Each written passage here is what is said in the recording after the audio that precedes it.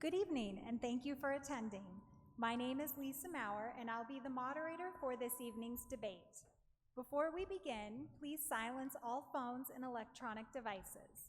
Additionally, please refrain from any interruptions to the debate as it is being recorded for on-demand viewing and post-captioning services. The Citizens Clean Election Commission is the sponsor for this evening's event.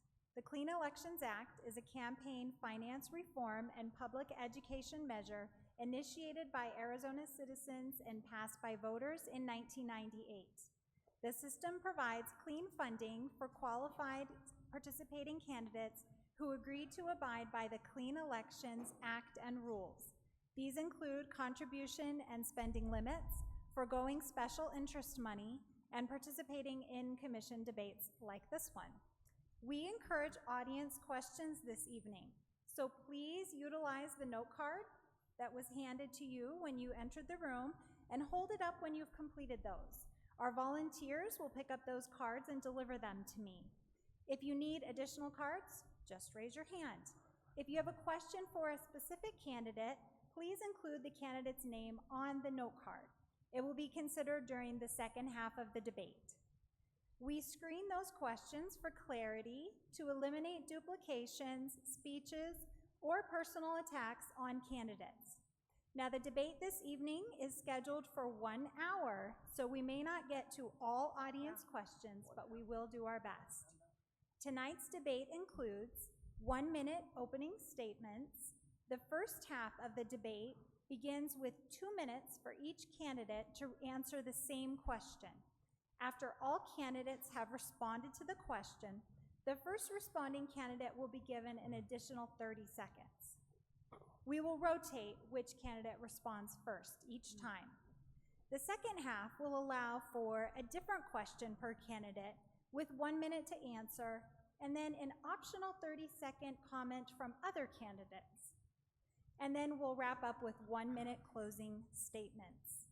We ask that you remain polite to all of the candidates and give them a fair and uninterrupted hearing, no matter how strongly you may agree or disagree with anything being said.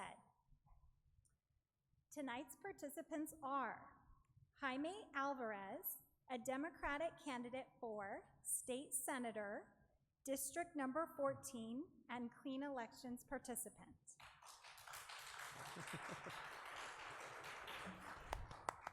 Bob Karp, a Democratic candidate for State Representative, District Number 14. And Shelley Renee Leon, a Democratic candidate for State Representative, District Number 14, and Clean Elections participant. The order in which the candidates will speak has been determined by alphabetical order by last name, starting with the Senate for opening comments, and will progress from that starting point. The order for the second half will be determined by reverse alphabetical order by last name, starting with the House. So we'll go ahead and start with those opening statements. Jaime, will you start the opening remarks, please? 1 minute. Yes, my name is Jaime Alvarez, and I'm originally from the Burg of the Lord in the land of enchantment, Lordsburg, New Mexico. My wife is from a suburb, Animas. And I'm a retired auditor. I was in the Marine Corps also. Combined, I have 35 years of public service. 19 of those years I spent overseas. When I retired in 2011, in 2012, I began working as a volunteer in public schools. And when I started to see what was going on, I couldn't believe it. As an auditor, it disturbed me greatly. So that's why I got into the election back in 2016, and I decided to do it again this time. Thank you. Thank you. And folks, we'll hold the applause until the very end so that we can keep this to an hour debates. All right, we'll have our next opening comment from Bob. Our state government must do better for rural Arizona. The Republican majority has failed to deliver first-class schools, modern infrastructure, and real economic growth and prosperity to our area. They have failed to govern effectively, efficiently, and fairly. Instead, they have one guiding principle: to cut taxes and starve state government and institutions. While our schools suffer from lack of educators and resources, our roads deteriorate, and our economy sputters, Republicans continue to take our tax dollars and give them to special interests in the form of tax breaks, credits, and exemptions. The tax burden is shifted away from corporations and onto families, residential property owners, and local governments.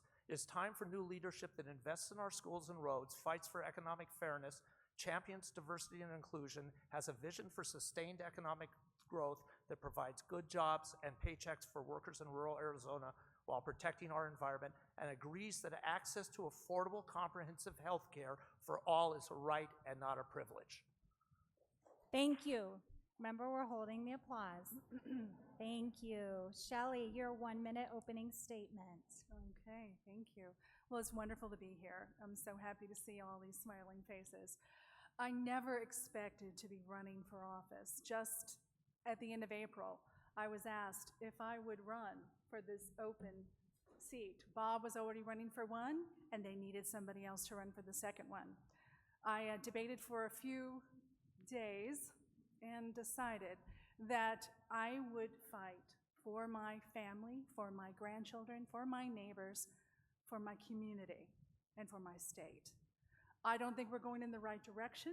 I think we need transparency. I think we need empathy. I think we need to make sure that we can secure our elections, achieve equality, ensure that we have environmental protections in place that can't be destroyed in the next administration, and to base our economy on sound principles that will last not just for today, but for the future. I'm proud to be running. Again, my name is Shelley Renee Leon, and I'm happy to be here, and I'm looking forward to representing you. Thank you. At this time, we will begin the portion of the debate where each candidate will have 2 minutes to answer the same question. And so, Bob, you're going to start out for us, and the question that we'll hear from all of you about is, if elected, what would be your top priorities, and what would be the first piece of legislation you would want to submit? Thank you.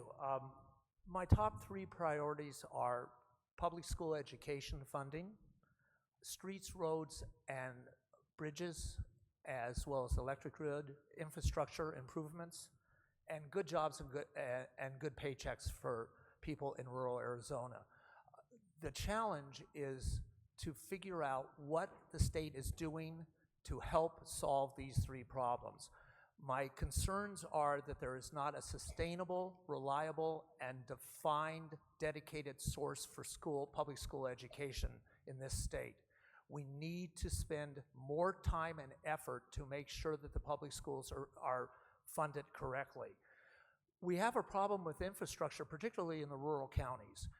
The problem is that the state continually refuses to increase the gas tax. I have proposed in the past a 1-cent increase in the gas tax in each of the next 5 years. The money would be dedicated and to specifically counties and cities for their use in improving our infrastructure. Without good schools, without infrastructure, good infrastructure, we can't have the third portion of this triad, which is good jobs and good paychecks. We need to have smart, sustainable growth in our rural areas. The state has continually shortchanged the 3 counties that we represent, and Pima does a little bit better. I would like to see more focus on economic development at the regional level. The first thing that I would do if I were elected is to help pass a specific funding mechanism for the public schools. Thank you. Thank you. Shelley, give us your thoughts on the same question. Okay, my top priorities. So when I think about what my top priorities are, I have to think about what keeps me up at night and what keeps my friends and family up at night. And their primary concern is making sure that healthcare, affordable healthcare, is available for everyone and not at risk. I just put something on Facebook last night that was kind of stunning to me when I thought about it. It said, I found it somewhere, I'm not even sure where, but it said that 2.8 million Arizonans have pre-existing conditions. Now, the bad news about that is that it's just a few minutes before we all have pre-existing conditions. So we all need to make sure that our health care can be covered. Once our health care is covered, we can be free to move on, to create, to do all the things that we need to do. We don't have to be worried about whether our families are going to be all right, our children, our grandparents, or even the neighbor down the street. This is one of the things that keeps me up at night, and I know it keeps you up too. Thank you. Jaime. The 4 issues that I'm focused on have to do with education. As I said earlier, that was what got me into the election initially in 2016 and again this time. However, as I traveled our legislative district, the other 3 areas that kept coming up, and it wasn't from me, it was from the constituents as I was knocking on their doors, reaching out, speaking, listening to them. And what I found was that their concerns had to do with the economy and livable wages. They need livable wages, and we don't have it in our legislative district. They also are concerned about health care, as the other 2 have stated. Health care is a very big issue, and a lot of people forget that one of the critical parts of health care is mental and behavioral health services that we need. Just the other day, last week, talking to Sheriff Daniels, he made the comment, 65% of the people in our jails require mental health, but we don't have those services. So those are the 4 things that I'm focused on. And the thing is, in order to get those, we've got to try and revamp the budget in our state. We can no longer continue with this robbing Peter to pay Paul, and we've got to make sure that we have dedicated funding streams for education. That's the first thing. Education permeates everything else. Talking to the people in Sierra Vista who brought in the new hospital, one of the biggest things that happened with them was that they were criticized because they were told that they hadn't brought in enough healthcare providers. But it wasn't that they didn't try, and it wasn't that they didn't give job offers. It was that the doctors, their families would take a look at the education system in Arizona, and that stigma of how bad our education was kept them from coming and taking those jobs. Thank you. Bob, you have 30 seconds to wrap up this topic. Thank you. That caught me a little bit off guard. When we talk about what we should do in the legislature, the first bill you're going to pass, obviously as a freshman, and we would hope that the Democrats would be in control, I can say that.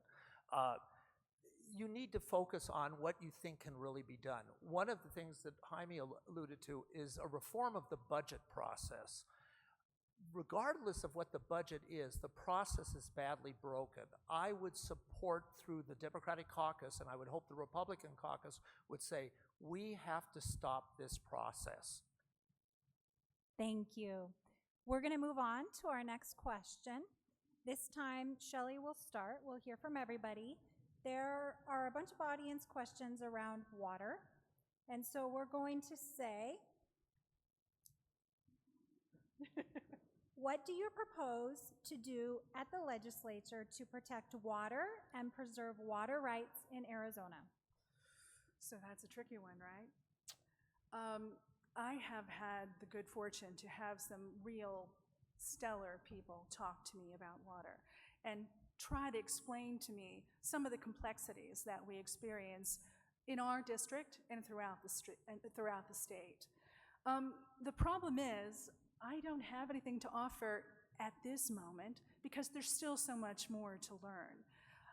The fortunate thing is we have a lot of subject matter experts. We can get their input. We can also go to the constituents, find out what their needs are. I do believe that we can find equitable solutions that are good for the long term, not just a quick fix for now. We have to make sure that we have water that's protected for now and the future, just like our air, just like our soil, something we can't do without, and that's clean, pure water. We have to protect it. How that ends up looking, I can't tell you today, but I will bring it to you, explain what they're suggesting, various experts, and we'll come to some sort of solution that's for the common good. Thank you. Thank you. Next up, Jaime. Water is a very complex issue, not only in our legislative district, but throughout the state. Here in our legislative district, when I was running the last time, the two major differences between the eastern part and the western part of our legislative district was the quality of the water and the quantity of the water. But now, it's the quantity throughout, because now we are getting all kinds of issues rising up that need to be resolved. But the root of this whole thing has to do with water rights. And for the last 40 or 50 years, they have been doing nothing but doing study after study, and you see what happens. These legislators go out there and they have these listening tours, and there is nothing that is coming out of those listening tours. That's because they are not listening to the stakeholders and the experts. And then when you listen to the people who are trying to do some of this stuff, and they're asking, why are you guys trying to do this water policy behind closed doors? People want to be able to get involved in that stuff and listen to what's going on. Instead, it's all behind closed doors. That's not the way to do it. When I ran against Gail Griffin the last time, I kept pushing against those two pieces of legislation that she kept trying to get into law, passed into law. Those two things went against everything. And thank goodness, one of the things that Governor Ducey and I agreed on is that those things were not good for Arizona. But yes, we need to have the hydrologist come in and help to get these things focused on. Last week in Wilcox, I got some people that I knew that they weren't going to like my response, but I said, we need to start putting meters on these wells. And let me tell you, they weren't happy about that. Thank you. Next up, Bob. One of the challenges here on water is that it's really handled by three separate entities: the federal government, the state government, and then we have local and county governments. What we need is to be able to effectively negotiate with the feds. The way that we can effectively negotiate with the federal government is to have state leadership.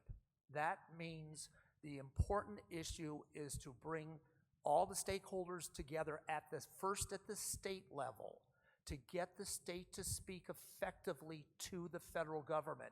You can't go to the BLM, you can't go to EPA and have serious conversations when we have all different levels of government asking for different things.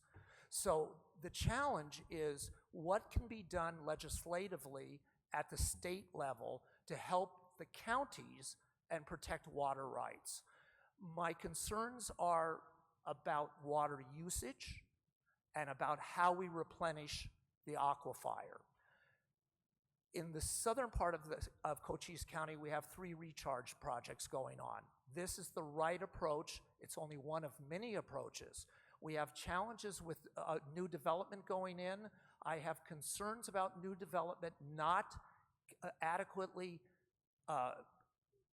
saying what they will do to conserve water and to recharge the aquifer. We need to have potentially tiered types of water usage, so that if we have large commercial growers, they're going to have to provide funding for recharge projects, for bonding, to be able to allow people to drill wells. We have a situation where we have not effectively tried to solve the problem. Thank you. Shelley, you have 30 seconds to wrap this up. Okay. I think the tricky thing about water is to get enough people on board. it's going to take a little bit of commitment, no, a lot of commitment, to make sure that we have our water secured. If we fund education and make people fully aware of just what's at risk, I believe we won't be divided between Republicans and Democrats on this issue. This is something we should come together and stand strong to make certain that our water is protected. Thank you. We're going to move on to the next question. Jaime, you will start. We've got some audience interest around what is your position on increased accountability, transparency, and regulation for Arizona's charter schools? That is something that I have been talking about since the last time. And I was glad to see recently that the legislators, some of the legislators, Republican, are actually talking with the Republican governor, and they are talking about trying to put in some controls, some oversight. I hope that happens, but that'll only happen if we turn around and get people in there that are going to hold their feet to the fire. Because if we don't, if we go through and we re-elect the same people that are there now or who have been there, they are going to continue this travesty, and I think that we need to do something about it now. We cannot be waiting. When they start making millions of dollars, from what they're doing, that's wrong. When they, to me, the charter schools, when they brought it underneath the umbrella of public education, it's pretty hard to do anything about that at this time if you're talking strictly charters. But if you're talking about private schools also, then we also have the same accountability problems, and the charter school board that they have in this state, when they have family members who are running some of these charter schools, that's wrong. That's nepotism, and that's what we've got going on now. That's why they were able, when one school shut down, one of the board members turns around and tells his wife, this school is turning down. Start calling these people because these people are going to need to go to another school. That's wrong. And I just don't like the way that it's been done. Unfortunately, until we can make a change that we kind of split that out, I don't see that anything's going to happen. Thank you. Bob. As Jaime indicated, charter schools are public schools. They receive more taxpayer dollars than our public schools that are run by school districts. There's a number of things that can be done right now, and there is some movement to do this. One is to reinstate the ability of the Auditor General to be able to privately audit all charter schools. That was given away almost 20 years ago. So number one, we need to be able to audit. I would fight for that ability to be brought back into the system. We need to also require more transparency of boards of directors of these charter schools. One of the things is most corporations have to have minutes. Most corporations have to have say who their board of directors are. We need a situation where, for requirement, that they have some independent members of their boards of directors. That helps having transparency.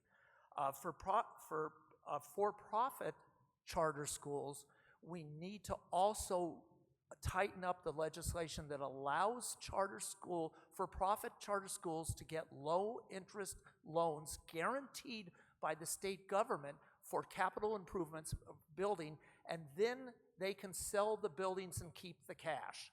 So there are things that we can do right away that don't impact necessarily the mission of the charter schools.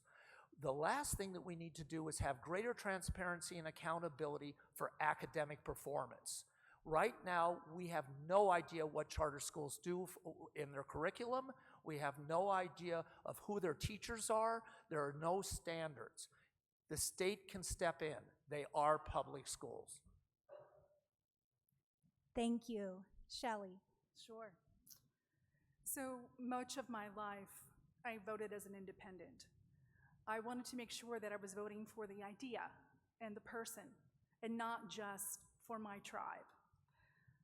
So when I heard this notion of school choice, and it's going to be paid for, and I can choose what school my grandchild might attend. I thought, well, that sounds promising. Well, then you have to dig a little deeper, and you have to find out shortly that the intention is to slowly smother our public school system. Well, that's not acceptable. They may as well be smothering our democracy. If we don't have an educated electorate, we will have zero voice. It's very important to protect our public education. If we're focused and allowing these charter schools to just run wild without any accountability, all the things that Bob suggested here make absolute sense to me. They have to be accountable. We can't risk having them running for profit with no accountability and slowly smothering our public education. We must make sure that they have the standards that we would expect from any corporation. And we will fight to make sure that happens. Thank you. Jaime, you have 30 seconds to wrap up this topic. We all know that we need better transparency, and one of the things that Bob brought up about the Auditor General the Auditor General, my concern is that they have cut the Auditor General staff so bad that not only is there no oversight of the charter schools, but you also have the corporations. And, I've got a little sheet that you all can pick up, and it shows, how much the individual income taxes have gone up as compared to corporations. Since 2009 to 2019, the corporations have gone from paying towards the general revenue fund $552 million down to $255. The individuals have gone from $2.4 billion to $4.4 billion. Thank you. We'll move on to our next question. Bob, you'll start this one. Can you speak to what you see the state could do or do better to improve our treatment of the mentally ill? Of course, everything comes back to money and funding. And as long as we currently have the budget process we have, services for the mentally ill or mentally challenged are going to be low down on the priorities. So one thing we need to do from the state level is figure out how to spend the money effectively. I'm not as knowledgeable about all the programs for mental illness, but obviously we would want to fund more if we possibly can, and if we can't get more funding, let's figure out how to get the money closest to the people. That means programs at the county level, programs at the city level. Let's stop putting the money in big state institutions for handling patients. One of the challenges that we see currently is that we probably need more mental health services at the school level. Again, it's a funding issue. It's something that we're concerned about, but we have to figure out how to deliver the services as effectively as we possibly can at the local level. There's matching funds that come from the feds. We obviously need to have the state participate in helping local organizations write grants to get the money. Thank you. Thank you. Next up, Shelley. So it seems to me that if we have both public and private sector solutions, we can come together, discover what's working in all these different programs, and then focus the funding on the things that are working, making certain that we understand that most mental illness, it's not like a lot of physical illnesses, it's something that's invisible, and most people don't want to talk about it. We need to make it so accessible and so well known in our communities that this is available, that people can reach out easily and take advantage of these programs. I think that there are some things that are working. I think there's a group in Oxford. Oh gosh, now I can't remember. In any case, I know that I have met some people that are doing some really great work throughout our district. I think if we can find a way to fund them and make certainly more mental wellness available in our school system to make sure that we don't have children starting a lifetime of mental disturbances or mental illnesses or mental challenges, we can serve our community well. And that's what we're really here for, to serve our community. Thank you. Jaime. The thing about mental illness and funding here is that the state has not really been doing a good job of that. And it impacts so many families throughout our legislative district. And the one thing that I think that we can start to focus on is helping the schools. I get back to the schools because, as I said earlier, education permeates everything. And when you're talking about mental health, okay, you can see teachers, they know high-risk students. They can get the counselors, which we are currently not even set up for. I think it's one counselor for 900 people. We're the worst state in the nation when it comes time to having counselors, because it starts down there. If you can start to identify the high-risk children that may have a mental illness, then you can start to work on that and help them out. But you also need psychologists. Oh, we don't have that in the schools either. So it comes back to funding and the bad budget process that we have to try and fund things. You know, when you travel our legislative district, you'll talk to a lot of people, and they will, in the course of the discussion, mention the issues, and one of the issues has to do with drugs and rehab. And that ties in with the mental illness also. And yet, when they don't have those services in those communities, they don't have them in Safford, they don't have enough. Throughout our legislative district, they're short.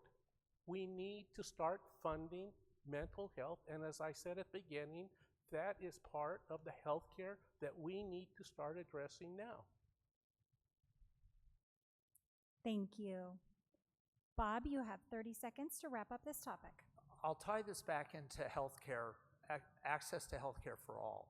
If we had real access for healthcare for everybody, whether it's Medicaid, here it's called Access, that we had the ability to get everybody into the healthcare system, we would have a better shot at helping people with mental issues. I would also say the state needs to broaden the definition of what mental illness is so that people are not excluded from the ability to get help because it doesn't seem to fulfill some political notion of what mental illness is. Thank you. At this time, we will transition to the second part of the debate, where each candidate will receive a separate question with 1 minute to respond. Additionally, the other candidates will have an optional 30 seconds to address the question as well. Remember that you can still submit questions via note cards and direct them to specific candidates. So the first question, we'll start with Shelley. And Shelley, can you speak to your experience with clean elections? Ooh. Well, I'll tell you, I believe in a government by the people. We haven't been experiencing that, maybe ever, but I think it's what we need to do now. This is the only way that the average citizen can possibly run for office. Most people can't afford to run for office on their own. We need to have clean elections so people can understand that their candidate is running without any allegiance to anyone except them and their community, and that's it. I think that without clean elections, right, we run the risk of just going in the trajectory we're going in now, where corporations own every politician. Well, that's not what we want. Clean elections makes at least most of us, works for most of us in that it can free us up to serve our communities and not corporate interests. Without it, I think we're doomed. Thank you. Would anyone like to weigh in on this topic? I think that it was right. Jaime, you have 30 seconds.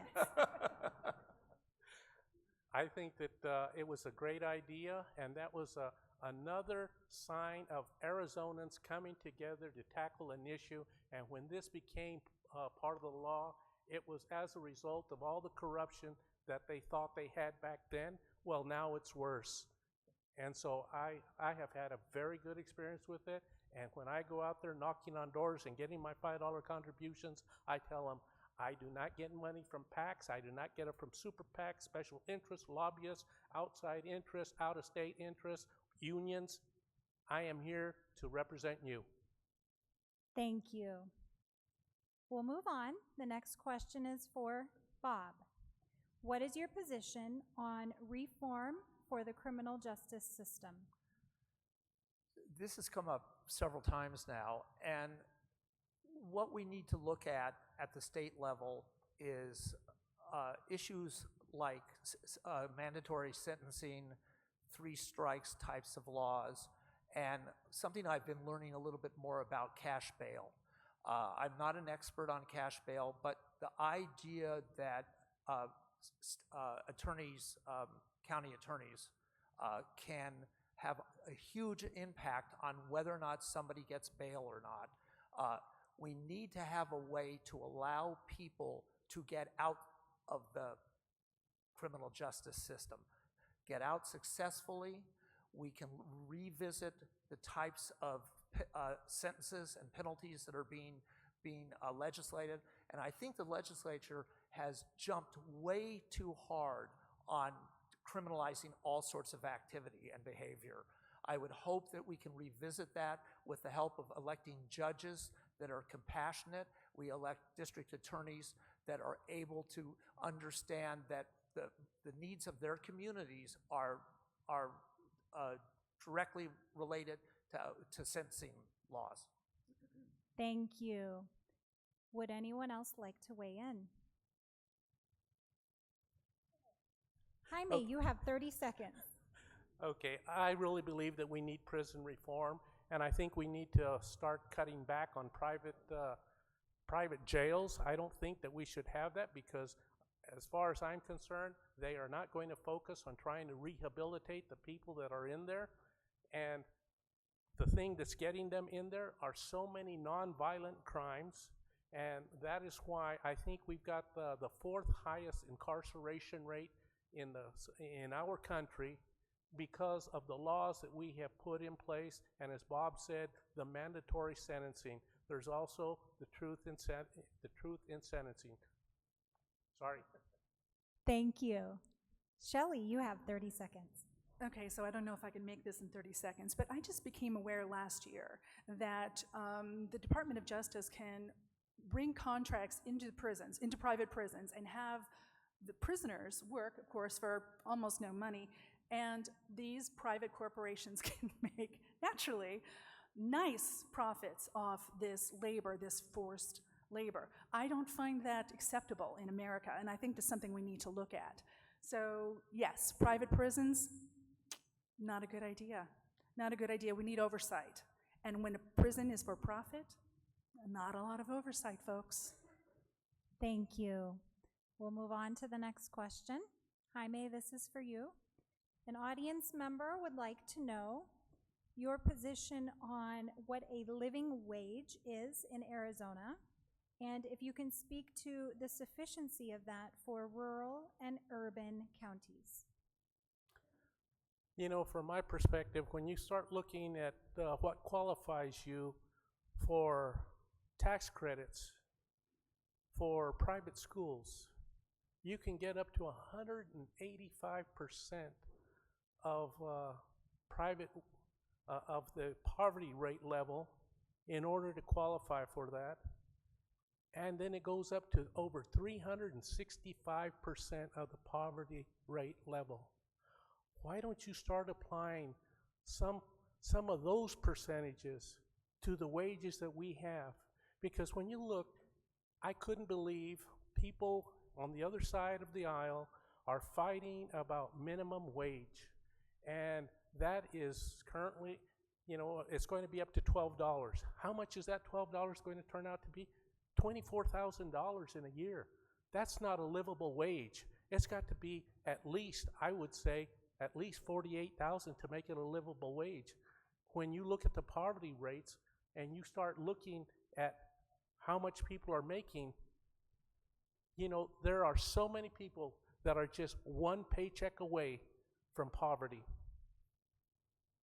Thank you. Looks like, Bob, you would like to weigh in? Yes, You I have would. 30 seconds. Thank you. I can't tell you exactly what I think a livable wage is, but I can tell you what is not. What a starting teacher in this state gets in pay is not a livable wage. And until we face the fact that many people, professionals, are working for what is not a livable wage, that they have to get 2 jobs or they have to rely on someone else in their family or friends to share expenses, we need to solve that problem as well. Thank you. Shelley, 30 seconds. Thank you. So it seems to me that they are driving this narrative about the doom that we will see with the uptick in our wages.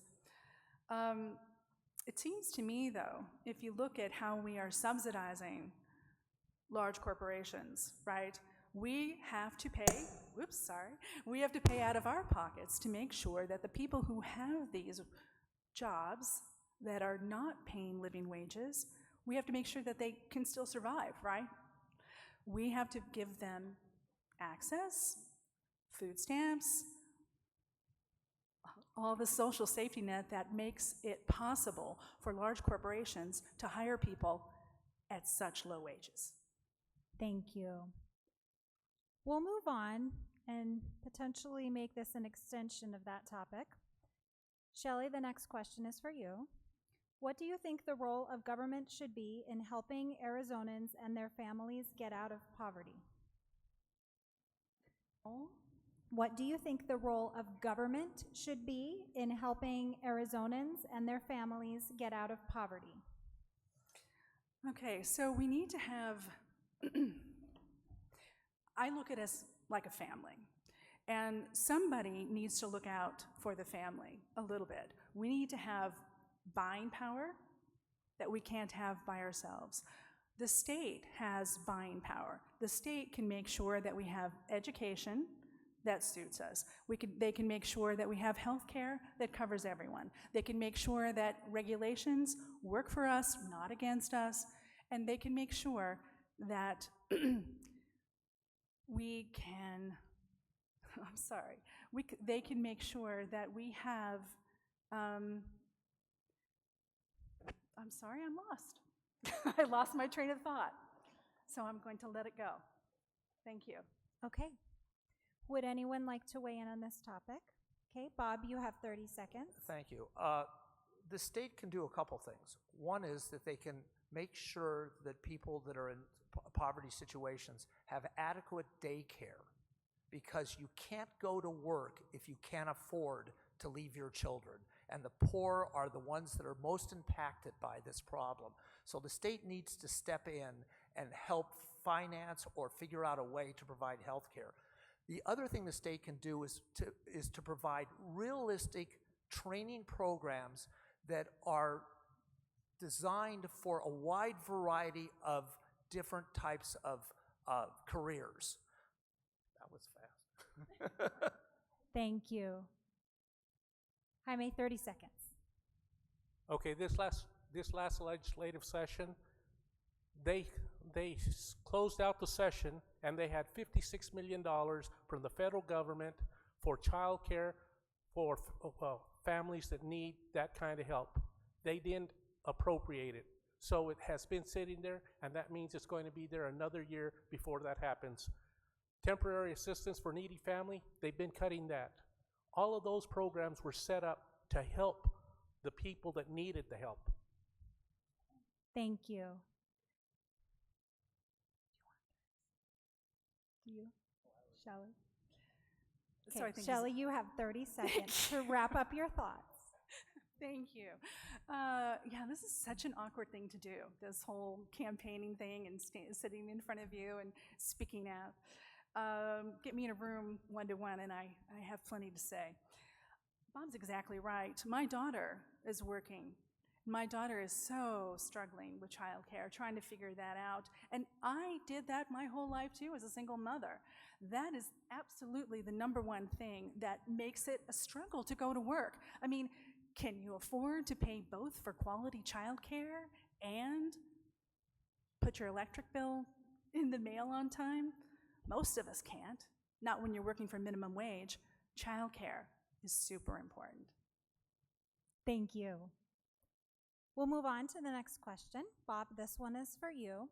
What is your position on armed personnel in public schools? Okay. Thank you for that. I think we already have resource officers at some schools that are armed. There's a debate about whether or not there should be more. I tend to think that schools shouldn't have guns anywhere near them at all. Some school districts have decided that resource officers are an important part of their ability to protect their students, and I understand that. I would be concerned about training, how these people are trained, who they are they uniformed or are they not? And also, the big impact is cost. There's been these statements that, well, let's get 2 or 3 resource officers per school. Our school districts can't afford it.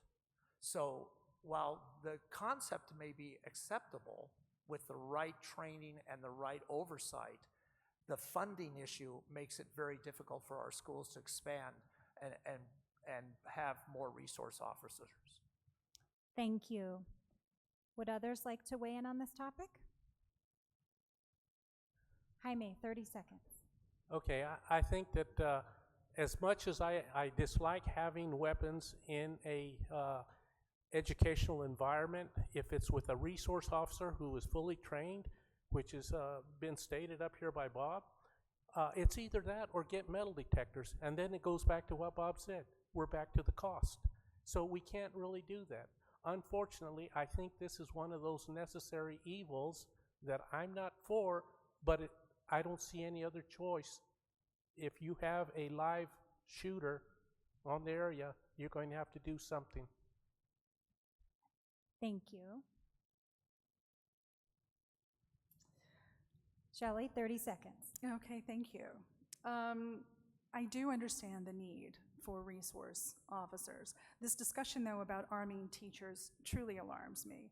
I don't want my grandchildren now, my grandchildren attending a school where we have armed folks walking around and we don't know who they are and what they're about and what their intentions are. It just turns it into sort of a police state, doesn't it? I don't want to put that pressure on children. I don't think it does well for them, and I don't think it serves the teachers either. I mean, what kind of responsibility is that? Too much. Thank you. Jaime, we'll move on to the next question for you. What will you do to combat the special interests and priorities of such groups as lobbyists or special interest groups? I would like to mandate that we have clean elections for everybody, because right now what's going on in our district, that's who's funding our opponents. Our opponents are getting all of their money, 95% of it. And when you start looking at who it is, don't be deceived. You can go on the Arizona Secretary of State website and see how much money they're getting. And when you look at it, you may be misled because it shows PACs and individuals. But when you look at the individuals, then you can start to look at their addresses, and you will find very quickly that they are lobbyists from up in Phoenix, and they are the same people who are on the PACs that are giving the money, but these are officers and they're doing it individually. Clean elections, mandated, I think that'll take care of a lot of those problems. Thank you. Sure.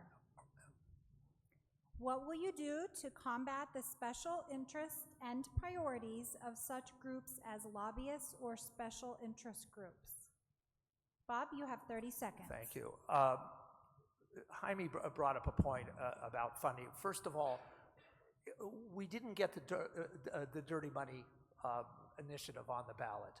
Transparency helps. The demand for transparency helps. I feel that transparency would be one of the big solutions. However, the other thing that you need to do is get people elected who say, you know what, when we write legislation, don't bring a lobbyist into the room. We do not, wow. That 30 seconds, really tight. Thank you. Shelley, you have 30 seconds. Thank you so much. Sunshine, putting sunshine on it, revealing who's asking for what and why and how. If the electorate understands what's going on, we will protest and we'll make it cleaner for everyone. It's unacceptable that we have all this under the table double dealing that never serves the people. It only serves dark interests. Sunshine is the cure. Thank you. Shelley, the next question is for you. Okay. What can the state do to attract more jobs and new industries, especially to this area? Okay, what can the state do?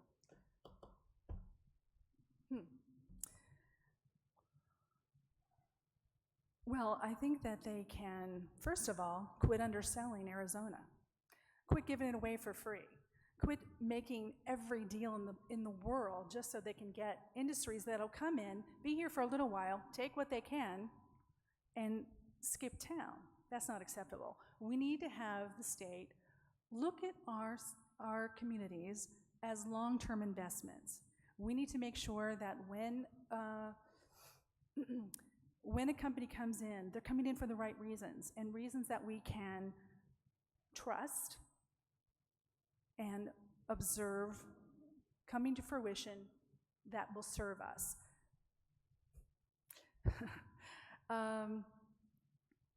The state, of course, can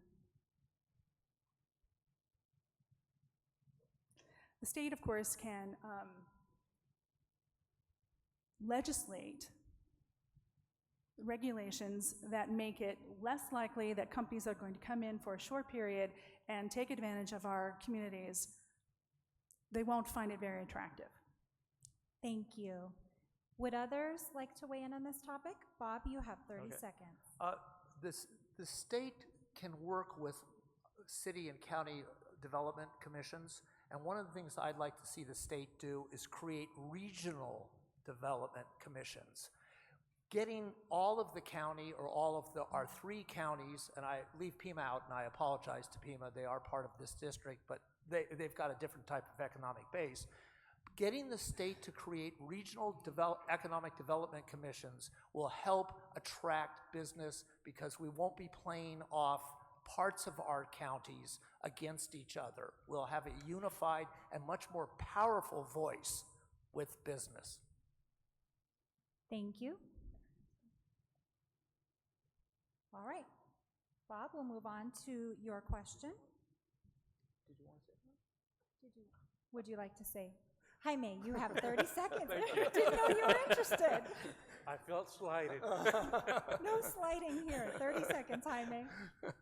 One of the things that is going on in Sierra Vista is that the city put up some money so that they could work with Cochise Community College so that they could develop a cyber program that would help train more of the young people, well, everybody, so that they could get jobs there on Fort Huachuca, which is something that is always a difficult thing to do because of the type of training that is needed. So something like that from the state level would really help. Thank you. It's a tough 30 seconds. All right.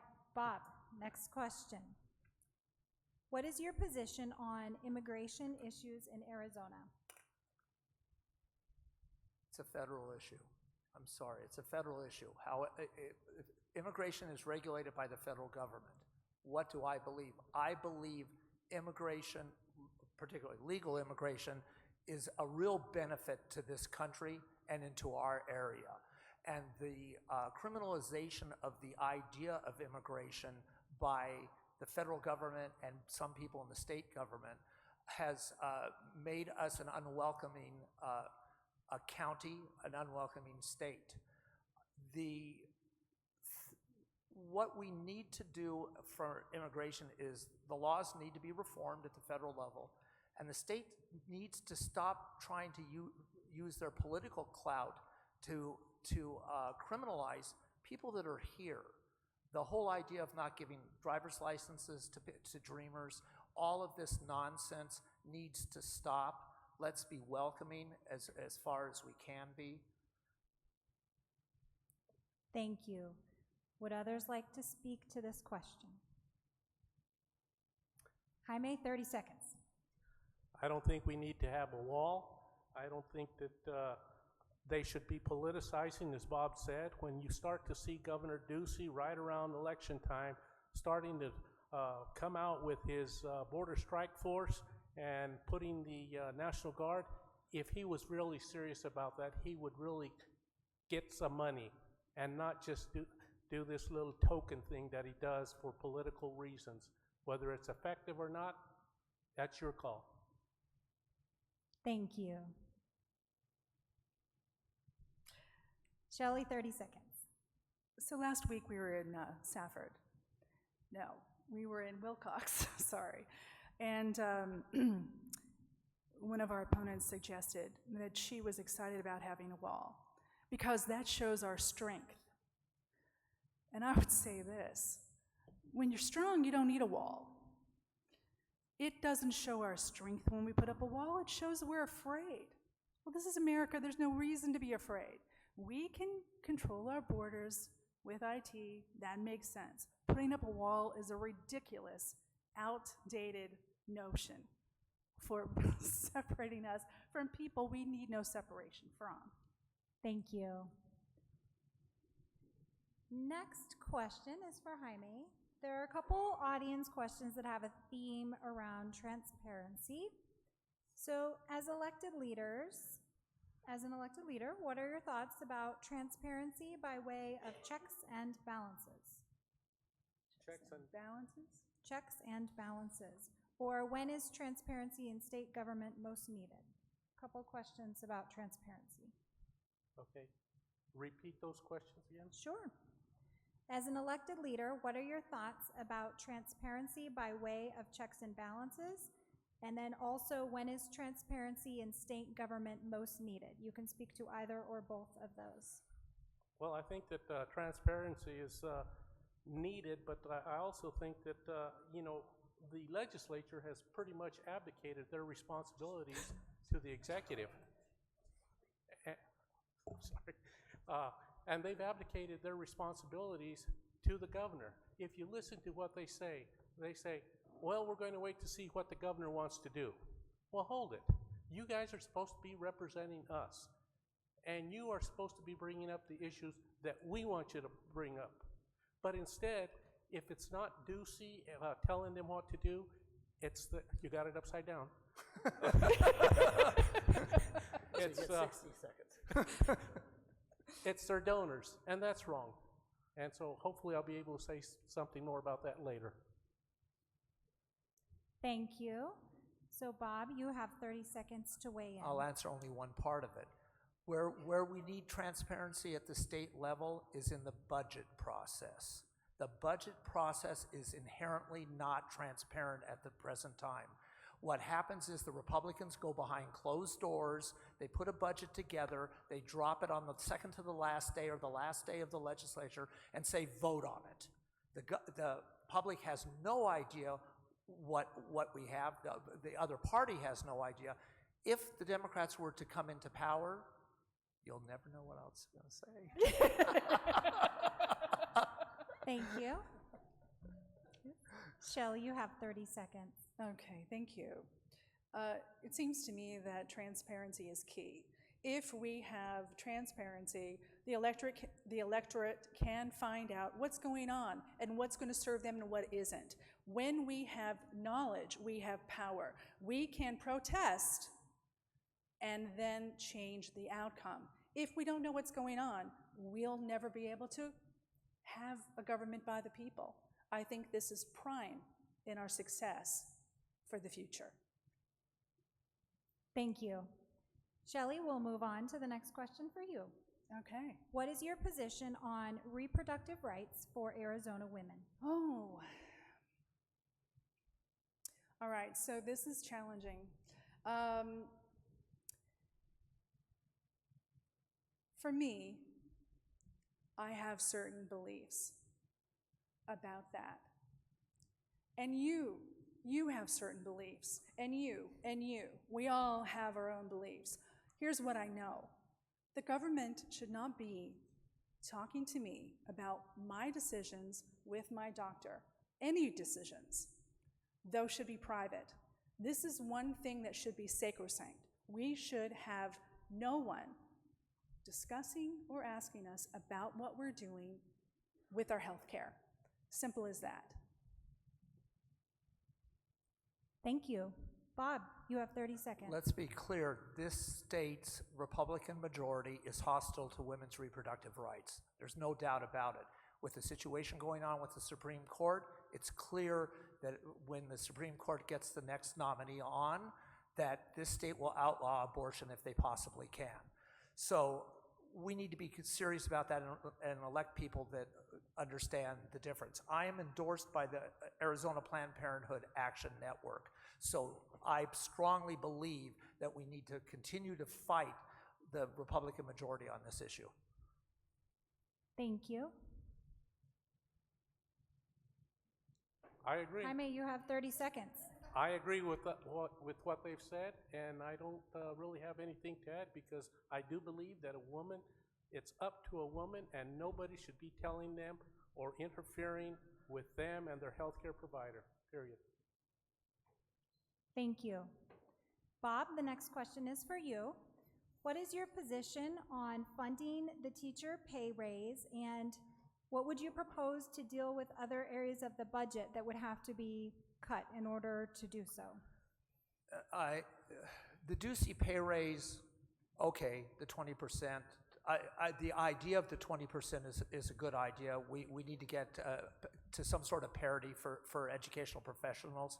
That it was only originally designed for dedicated for teachers and not the entire education professionals concerns me. Where we can get additional funding is to eliminate tax breaks, tax credits, and tax exemptions. There's a huge amount of money being given away by our Republican majority to businesses. The problem is it never does anything very good for us. So our economies are not improving better than the rest of the country, and yet we're giving tax breaks to businesses for what reason? So I would be very aggressive in getting rid of all these tax exemptions and tax breaks, which are sunsetted in at 5-year intervals. So we can get rid of them as time goes on. Thank you. Would others like to weigh in? Yes, I would like to. You have 30 seconds.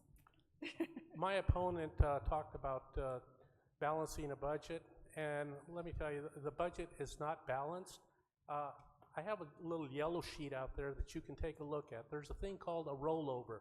That rollover is something that has been happening since 2008. When they say that they have balanced the budget, they are not telling you the truth, because if you look at this from the Joint Legislative Budget Committee, it'll show you that they are short the budget over $1 billion that they have not paid. It started with over $200 million, and it has gradually grown to over $1 billion. Thank you. All right, this is the last question of the evening. Jaime, what is your position on senior citizens? An audience member would like to know, what's your position on senior citizens in communities being preyed upon to potentially rob them of liberty and wealth? And what would you do to address this social problem? I see that as a law enforcement and not a social problem. I don't quite understand how that would be a social problem. If I'm wrong, if you'd like to clarify that for me, then I would, but that's what I see as it's a legal issue, a law enforcement issue, and not a social issue. I believe that we need to take care of our elderly, and I think that a lot of the private organizations that are out there doing things for the aging and for the seniors, I think that they're having to step up because the state government is not stepping up. Thank you. Would others like to weigh in on this topic? I would actually. Shelley, 30 seconds. Yeah, this is very close to my heart. I think Jaime is right that this is a legal issue. However, a law enforcement issue. However, I would like for us to be coming together as communities and looking out for one another. Too many of us are alone, and it doesn't just start when you're elderly. Sometimes particularly in our community, we have a lot of military families. We have spouses who are gone for a year, 2 years, and people who are living alone very often, sometimes with children and sometimes by themselves. It seems to me that we ought to find a way to put together social systems that work for all of us so we're not just so vulnerable. If somebody's looking out for your neighbor, they're less likely to become a victim, a target. I think that that's very important. Thank you. Thank you. Bob, you have 30 seconds. It generally is a law enforcement issue. However, there are many programs that are focused for seniors, and the state has consistently cut these programs, whether it's what I call Meals on Wheels or home visitations or mental health services for seniors. The state has consistently continued to cut those programs. The state should partner again with local organizations to provide senior services instead of deciding that we're not going to provide them. Thank you. Folks, we have come to the time in the evening where we're going to hear the closing statements. And the first closing statement will be given by Shelley. You have 1 minute. 1 minute, okay. Well, as I said, I didn't expect to be here. 4 months in now, still learning every day. I'm honored to be here. I'm honored by the people who've entrusted me to run for them and are allowing me a little time to learn more as the days go by. I can tell you this, I will always represent you with the core of my being. I will always be available. You will always be able to get a hold of me. I will answer to you and no one else. I know now, having been assured by someone who asked me to run, that they have subject matter experts. If there's something I'm not aware of, because certainly I have much to learn, they have subject matter experts. Between those and our constituents, we can make sound solutions that will serve the common good. I will serve you with every fiber of my being for the 2 years that we're in, because I'm only here for 2 years. This is not something I want to do for a lifetime. It's just to make a change and improvement for now. Thank you. Up next, Bob. I want to thank the Clean Elections Commission for sponsoring the debate and providing the opportunity for all candidates to be questioned and heard. The process makes us all better candidates. Elections have consequences. Are we satisfied with the way we are represented at the state capitol? Is our government responsive to the needs of the citizens? Are we looking at the past or are we planning for the future? The 3 Republicans running in LD14 are part of the political establishment. They have had their chance to govern. Respectfully, if you can't make the effort to show up for the one debate of the general election campaign, move aside. It is time for new leadership that brings back respect, civility, and compromise to our politics. One way to do this is to listen to everyone, including those that do not agree with you. We should fight for those things that we sincerely believe in. We should also find those things we can agree upon and work together to accomplish them. Compromise is not a 4-letter word. To learn more about my candidacy, go to my website, bobcartforarizona.com. Thank you, and remember to vote in November. Thank you. Jaime. The legislative agenda that the people currently in office are providing is not for us, it's for their donors. And I think all of you know that because they're coming up with things that we would never have asked them to do. You know, the corporations, you've heard us tonight talk about how they have been contributing to their campaigns, and that's all they're focused on.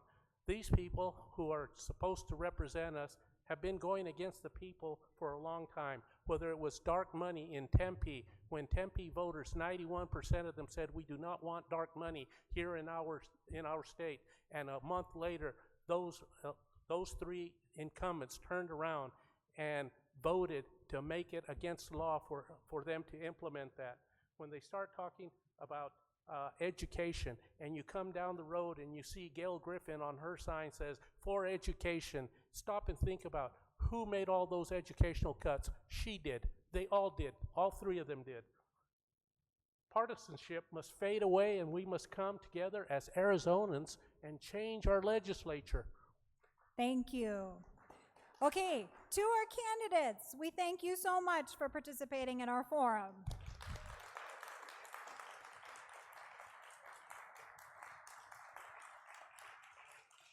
And to our audience members, we thank all of you who took time to come and inform yourselves before voting. We encourage you to visit www.azcleanelections.gov/voter-dashboard for a customized experience to find information on the election, the candidates, the issues, and to view this debate on demand. Please fill out the debate evaluation form and return it to one of our volunteers. Your feedback is important to the commission and will help improve future debates. Thank you all for coming this evening, and you're welcome to stay and speak directly with the candidates. Good night.